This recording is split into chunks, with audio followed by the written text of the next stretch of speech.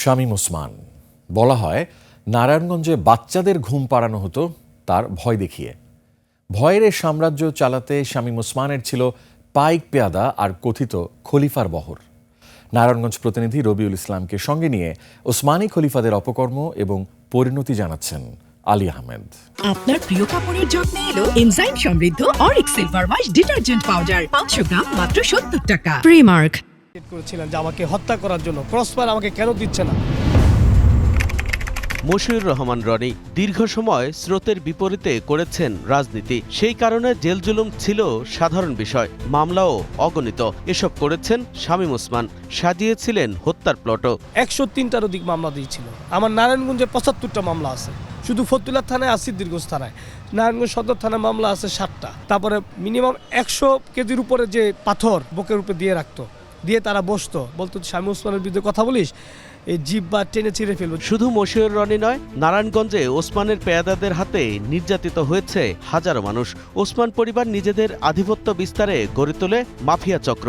সেই চক্রে ছিল কথিত খলিফা, যার মধ্যে অন্যতম নারায়ণগঞ্জ মহানগর আওয়ামী লীগের যুগ্ম সাধারণ সম্পাদক শাহ নিজাম, যিনি পিস্তল নিজাম নামে পরিচিত।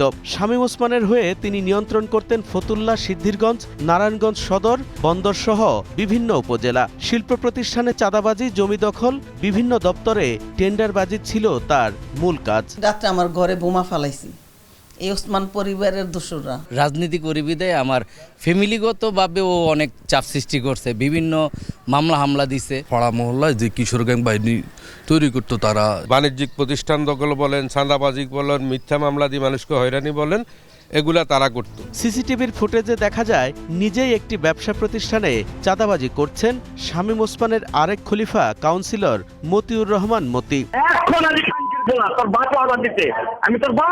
দখল করেছেন মানুষের জমি, ছাড় দেননি সরকারি জায়গাও। এখানে কতটা দোকান আছে টোটাল? এন্ডে তো সালেয়া মার্কেট পর্যন্ত মেলা দোকান, 100-র কাছাকাছি দোকান আছে। মালিক তো নিয়ে বর্তমানে জেলে। আব্দুল করিম বাবু নারায়ণগঞ্জ সিটি কর্পোরেশনের কাউন্সিলর, যিনি ডিশবাবু নামে পরিচিত। অভিযোগ, ওসমান পরিবারের দাপটে দখল করেন অনেকের সম্পদ। নারায়ণগঞ্জের যত আপনার জমি জমা সংক্রান্ত ব্যাপার এটা বাবু হ্যান্ডলিং করত।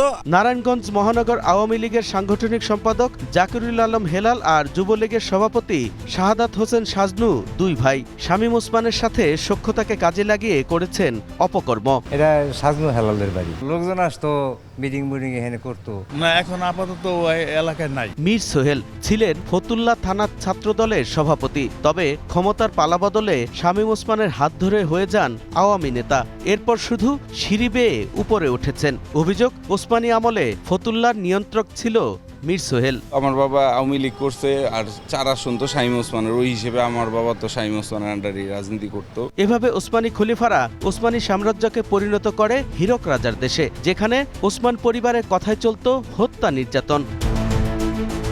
শামীম ওসমান পালানোর পর এলাকা ছাড়া খলিফারাও। তারপরও তাদের আতঙ্ক রয়েছে নারায়ণগঞ্জবাসীর মনে।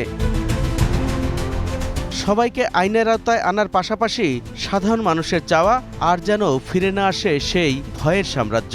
খেলা হবে। আলী আহমেদ, 21 টেলিভিশন।